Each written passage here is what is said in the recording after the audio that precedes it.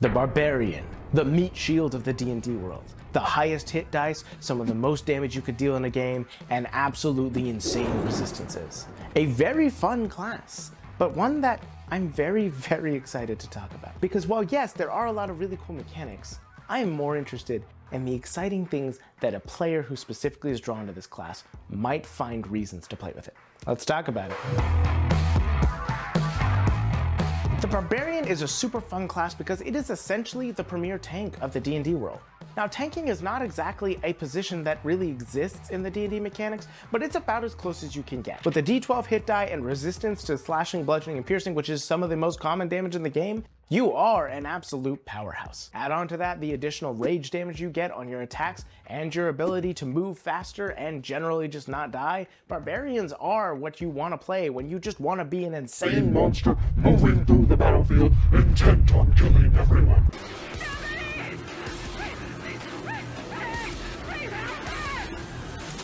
But I don't think that's exactly why everybody chooses to play the Barbarian. See, when we are attracted to certain classes, there's more than just the mechanics that are generally at play. Yes, the mechanics are fun, but let's be honest. Even the most mechanically inclined players will look at those and also think why it would be fun to play that character. Not because it's the best numbers or the best damage, but what is the cool fantasy that comes along with this? And this leads to an interesting question. Why do you play a Barbarian? The mechanics are fun, but what else is there? What's underneath that's causing you to want to play that? Is it because you have a deep internal rage that you just can't let out and sept inside a D&D game? Or is it because you just generally feel a little bit timid and quiet and don't feel like you specifically have the ability to let out in the way that you wish you could? There's a running through line through it pretty much every reason you could think of though. That's the fact that you want to be able to let loose, to just rage.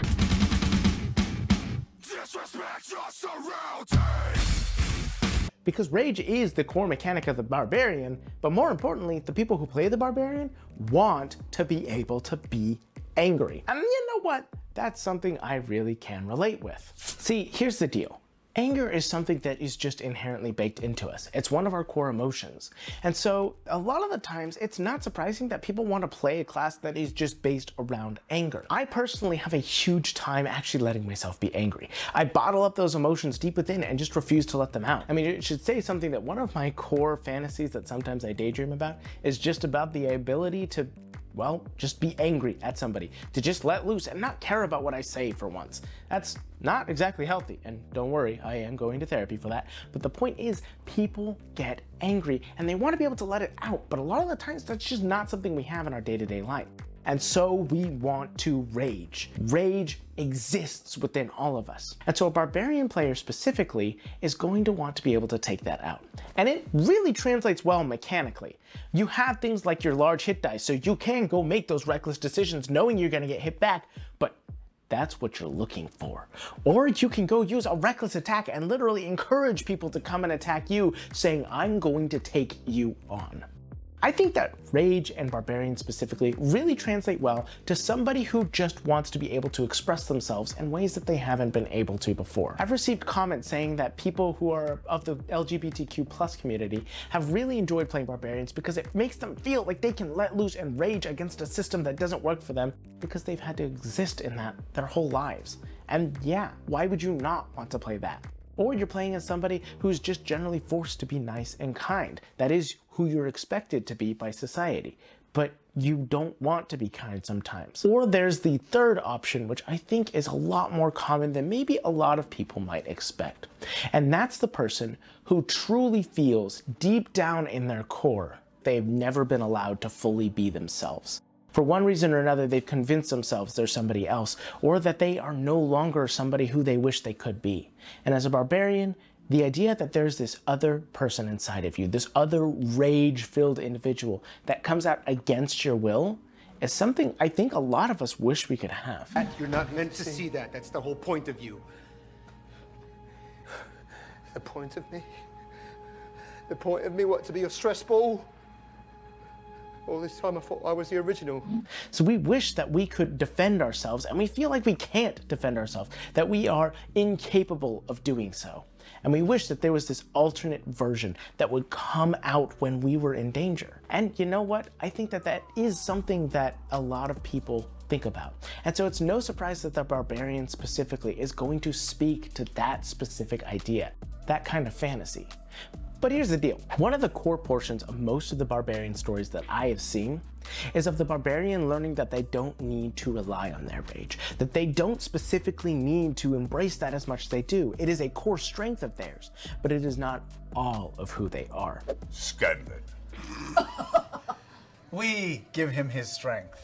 That's most of the Barbarian stories that I have seen, but I think it really speaks to a specific narrative. The idea that people who have been slighted or wronged or feel as if they can't defend themselves or truly be themselves playing a Barbarian, but then the fantasy of them wanting to explore the idea that they don't need to be that way.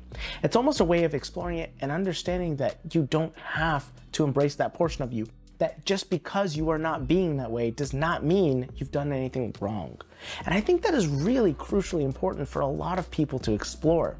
Yes, we wish we could be angry, but we also have to understand that we don't have to be angry, that there are other things around us that can help us, and that anger is an important emotion that we must process, but we don't have to let it control us like we wish that we could. And that is really what I think D&D is so good at, because it lets us explore what it's like to be other people, to explore different aspects of ourselves that we wish we could be. But at the end of the day, it comes back to the conclusion that it is always most important to be ourselves. And that is something that I think can't be ignored and is one of the most important lessons to learn. It's great to explore other aspects of yourself, and it's great to explore what it would be like to be other people. That is really a huge part of what being human is. But there's nothing you can be that is better than you. You're incredible. You have amazing strengths, but you have to be able to learn to be comfortable with them. I really like being empathetic and kind, as I hope comes across in my channel. But that makes me angry sometimes. I want to be angry. I want to rage and just strangle that specific commenter. But that's not what I'm about. That's not who I want to be. It's not who I am. And so it is awesome to play a Barbarian, to experience that rage, to really feel like you can just be angry, but not have to embrace that, to understand that that is not my strength and it's not who I want to be. I need to be able to process that anger and I need to be able to feel it, and that is super, super important. Please do not push that down. But at the end of the day, it is up to you how you choose to control it. And D&D can show us how satisfying it can be to be able to just let loose, but not actually have to do it, and to understand why it's important that we continue to keep a cap on ourselves. So go play a Barbarian, everybody. This video wouldn't be possible without the incredible Beautiful Bastards over on our Patreon. I'd like to give an additional very personal thank you to the Divine Bastards Big D the Cool Guy, BKBW, Clark Smith, Diet Blue, Duplicolor, Frostius, Manifestering, Noctua, Rhea Rose, Rocky, Sorit, Supreme Court, Tin Eye, Void Mystic, Volt by Nico, and Zombies Were People Too. We wouldn't be able to do what we do without you guys, and you mean the absolute world to us. Keep being beautiful, keep being amazing, and as always, make the world your own.